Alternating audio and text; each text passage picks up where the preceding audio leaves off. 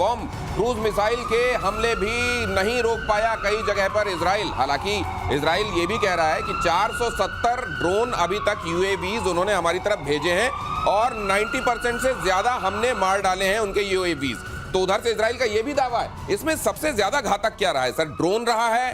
वैसे तो हम देख रहे हैं मिसाइलें तो घातक हैं, ड्रोन इनके कितने कारगर रहे हैं? ड्रोन ज्यादा कारगर नहीं रहे, मिसाइलें रही हैं। देखो इसकी एक चीज समझनी पड़ेगी कि सबसे पहले जो हमला किया था हमास ने इजराइल पे, उससे सिखलाई बहुत आई कि हमास ने छोटे छोटे ड्रोन किए और इधर इनका आयरन डोम सिस्टम माना हुआ था, वर्ल्ड का माना हुआ था। तो किस प्रकार से 7 अक्टूबर को नुकसान हुआ? क्योंकि क्या है, उन्होंने सैचुरेट कर दिया छोटे छोटे आयरन डोम 1000 10,000 और हर एक ड्रोन की कीमत है 1000 रुपए। अच्छा सर, एक बात बताइए कि अगर मान लीजिए बहुत सारे आपने छोटे प्रोजेक्टाइल्स भेज दिए, ड्रोन भेज दिए, इस तरह से भेज दिया और उसके बीच में आपने एक हाइपरसोनिक भेज दिया, तो क्या यह संभव है कि आपका वो जो एयर डिफेंस सिस्टम है ओवरवेल्म हो जाए और उस समय उस हाइपरसोनिक को ना पकड़ पाए? ये संभव है?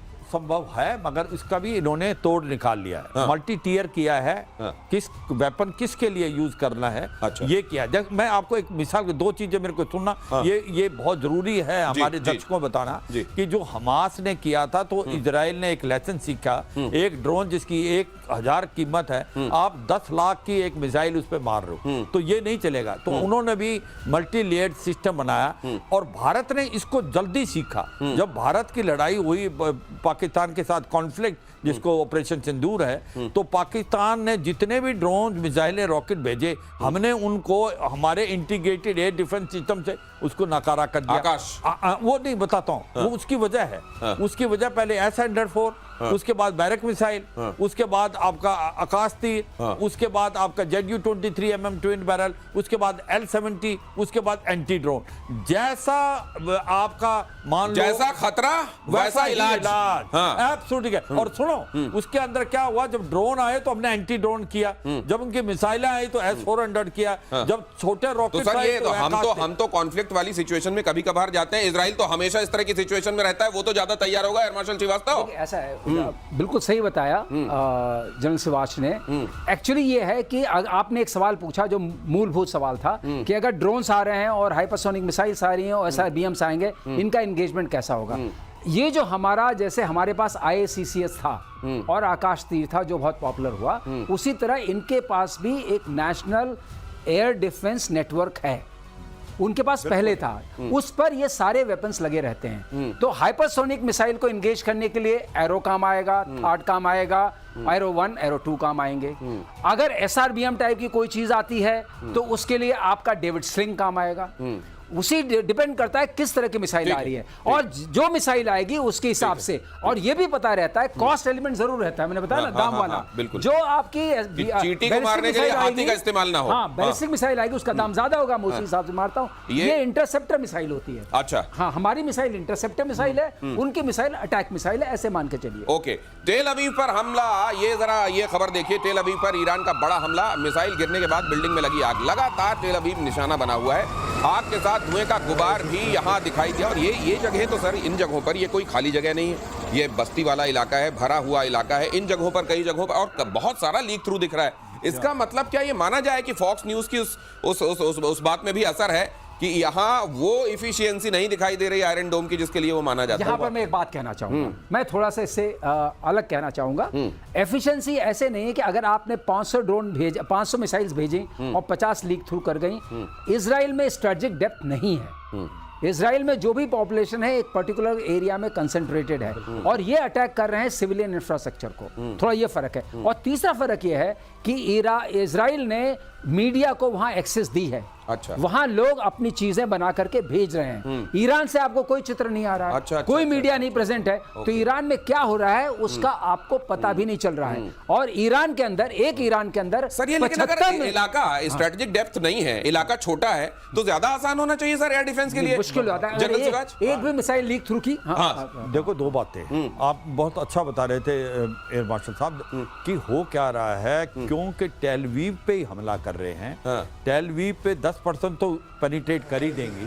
अगर 10% भी अगर मिसाइलें आपका रेजिडेंशियल एरिया जहाँ डेंसिटी ऑफ पॉपुलेशन ज्यादा है तो वहां पर ज्यादा लगेगा कि भाई बहुत लोग मारे गए। अब उल्टा देखते हैं, जब इजराइल मार रहा है ईरान पे तो वहां पर भी होने चाहिए। एक तो वहां पर आप देखो 9 करोड़ है इलाका, उसका 15 गुना ज्यादा इजराइल से, ठीक, तो इसका मतलब पॉपुलेशन डिस्पर्स है। दूसरी बात, ये जो है Israel as a rule position ये रेजिडेंशियल एरिया को नहीं मार रहे, ये ओनली मिलिट्री इंस्टॉलेशन को मार रहे हैं, ये भी है। तीसरा एक और भी वह है, इन्होंने क्या किया है, ईरान ने एक ट्रिक मारी है कि शुरू में इनके जो आयरन डोम को सैचुरेट किया है 4-5 दिन पहले, इतनी बड़ी मिसाइलें नहीं मारी।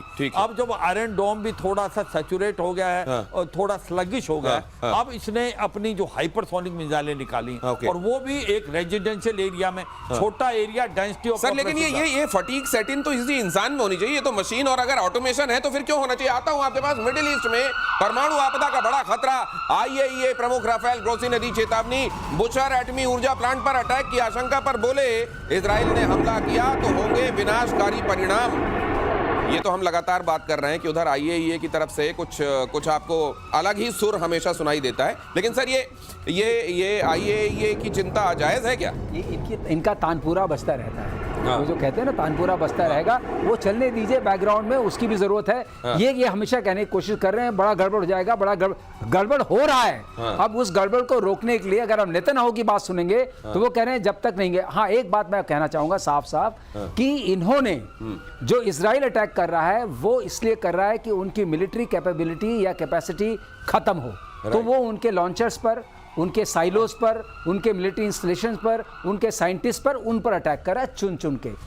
और वो क्या कर रहा है, वो चाहता है कि इजराइल में भय व्याप्त हो, एक उनके अंदर इतना भय हो कि वहां के लोग कहें नेतन्याहू से कि ये बंद करो। इसका एक ही मतलब निकाला जा सकता है कि ईरान ये समझ रहा है। बिल क्लिंटन ने क्या बोल दिया आज? बिल क्लिंटन ने कह दिया नेतन्याहू अपने आप को सत्ता में बनाए रखने के लिए युद्ध उन्होंने किया है। अब ये भी एक तानपुरा है, ये तानपुरा ही है, ये तानपुरा है। अच्छा। अब देखिए इस पूरे उसमें अब ये लड़ाई शुरू हो चुकी है। लड़ाई को अब जब तक उसका परिणाम नहीं निकलेगा तब तक कोई परिणाम क्या होना चाहिए, पर सब चाहते हैं कि ईरान के पास जो न्यूक्लियर कैपेबिलिटी है वो नहीं रहे। जब तक ये नहीं होगा ये युद्ध नहीं रुकेगा। अगली खबर देखिए, यूरोपीय देशों को ईरान का साफ संदेश, हमलों के बीच परमाणु मसले पर कोई बात नहीं होगी, पहले हमला बंद हो फिर होगी बातचीत। ब्रिटेन, फ्रांस, जर्मनी, EU ने की कोशिश, ईरान अमेरिका में एटमी मसले पर बातचीत हो। यह समझा जा रहा था कि असल में ये जो ट्रंप की तरफ से भी टाइम दिया जा रहा है वो इसलिए दिया जा रहा है ताकि यूरोपियन यूनियन पुश करे डिप्लोमेसी के लिए, लेकिन इधर कहा जा रहा है कि अगर उधर हमले बंद नहीं होंगे हम इधर काम जारी। क्या इस दौरान ये अपने परमाणु कार्यक्रम को हथियार बना ले जाने तक मुकम्मल करना चाहते हैं? वही चल रहा है क्या?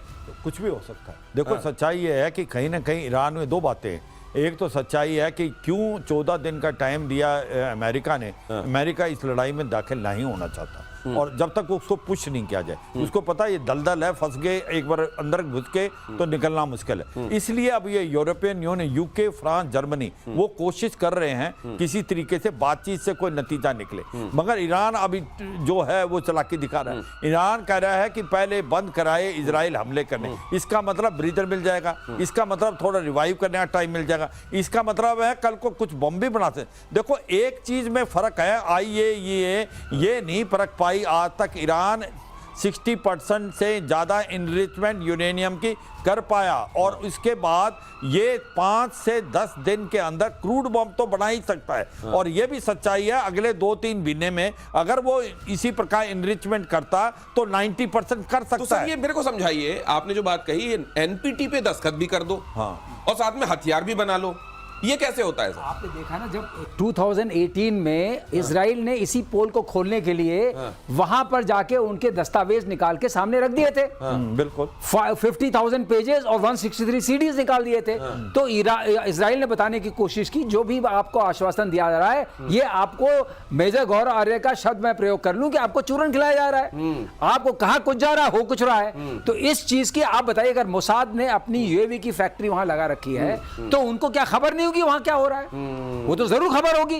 तो मोसाद पूरी तरह घुसा हुआ है और वो एक जो कैथरीन है जो वहां फ्रेंच वुमेन थी, जो वहां गई, उन्होंने एक एमिनी से शादी सर एक बात करके। बताइए आसान शब्दों में, क्या एनपीटी, अमेरिका दादा है, उसने कहा एनपीटी में साइन करो, अब कोई चारा नहीं है, ठीक है साइन कर दो, लेकिन साथ में अपना काम भी जारी रखो। कई मुल्क ये कर रहे हैं क्या? छलावा है, छलावा, ये सारा छलावा है कि आपने एक पर्दा लगा लिया। तो फिर ये वाली क्या धमकी थी कि हम एनपीटी से बाहर निकल जाएंगे? फिर जब कर ही रहे हो तो एनपीटी से निकलो ना निकलो। इसीलिए तो कोई भी आप देखिए विश्व में से कहीं कोई प्रतिक्रिया आई, लोग एनपीटी से क्या बाहर निकलोगे, तुम तो एनपीटी से निकल चुके हो। प्रोलिफरेशन ट्रीटी कि हम परमाणु हथियार नहीं बनाएंगे, एक तरफ उसमें दस्तखत भी, इधर एनरिचमेंट 7 से 5 से ज्यादा नहीं चाहिए अगर उससे सिर्फ बिजली बनानी है। 60% तक एनरिच करके यूरेनियम भी रखा हुआ है। अगली खबर देखिए, ईरान के न्यूक्लियर प्रोग्राम पर अमेरिका में 2 फाड़, ट्रंप और तुलसी गबार्ड के अलग अलग बयान। अमेरिकी खुफिया विभाग की प्रमुख है तुलसी गबार्ड ने कहा था ईरान परमाणु हथियार नहीं बना रहा। आज नहीं कहा था, मार्च में ही कह दिया था इसी साल, जबकि ट्रंप ने कहा कि ईरान हथियार बनाने के बहुत करीब है। सर ये यहां भी शहनाई 2 अलग तरह की बज रही है, ये क्यों? ये थोड़ा उनका आपस में हल्का, आप जानते हैं ट्रंप को, ट्रंप ने अगर कुछ बोल दिया तो बोल दिया। जो उन्होंने तुलसी गबार्ड ने बोला था उनका किसी और कॉन्टेक्स्ट में था। उन्होंने कहा 60% जब तक 90% नहीं होगा तब तक वेपन ग्रेड सर, लेकिन मेरे एक बात समझ में नहीं आ रही है। यही ट्रंप ये कह रहे थे कि अमेरिका हमेशा युद्ध जैसे हालात में रहता है, अमेरिका के लिए ठीक नहीं है, ये मिलिट्री इंडस्ट्रियल कॉम्प्लेक्स न जाने अमेरिका को किधर ले जाना चाहती है, ट्रंप कहते थे। अब ये ट्रंप उसी ताल धुन पे नाच रहे हैं जिसपे वो लोग नचा रहे हैं। तो ये क्या है? ये मजबूरी है क्या उस कुर्सी में आ जाने के पीछे? जनरल सी बात देखो, 2-3 बातें तो आपको मान के चलनी पड़ेगी। ये कहीं जब ईरान की बात आती, आज तक ये सोचे आप, ईरान ने एनपीटी साइन करी हुई है, ईरान आज तक न्यूक्लियर हथियार बना नहीं पाया। ईरान ने कोशिश 6 बार कर ली है। उसकी वजह है इजराइल। जब भी वो हथियार बनाने के करीब आता है, या तो काइनेटिक हमला किया या साइबर वारफेयर से किया, आज तक वो बढ़ा नहीं पाया। मगर अब वो बहुत करीब था। आप 2015 की बात करो, JCPO की, joint comprehensive plan of action, P5+1 ने साइन की थी, 5 परमानेंट मेंबर प्लस जर्मनी।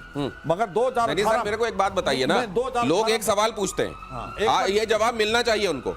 वो कह रहे हैं भाई साहब ये बताओ, अमेरिका ने परमाणु बम बनाया, जापान पे चला दिया, और वो कह रहा है वो जिम्मेदारी की बात कर रहा है परमाणु बम को लेके कि जो जिम्मेदार देश नहीं है उसके पास परमाणु हथियार नहीं होने चाहिए। जिम्मेदारी अपनी तो देख ले, अपने गिरेबान में तो झांक ले, दूसरे की वो कैसे तय कर रहा है? देखो, ये तो मानना पड़ेगा अमेरिका के हरदम डबल चेहरा रहा है। मगर आप एक चीज तो मान के चलो ना, एक देश दूसरे देश के कह रहा है इसके लिए सर्वाइवल का कोई चांस नहीं है, एग्जिस्टेंस की थ्रेट तो नहीं देगा। आज एक बात और सर, आज भारत में जो विपक्ष है उसकी तरफ से एक लेख आया है, और पीके श्रीवास्तव सर मैं आपसे समझना चाहूंगा, उसमें ये कहा गया कि जो परमाणु शक्ति संपन्न इजराइल है, वो परमाणु शक्ति संपन्न जो नहीं है ईरान, उस पर हमला करके कह रहे हैं तुम बनाओगे नहीं।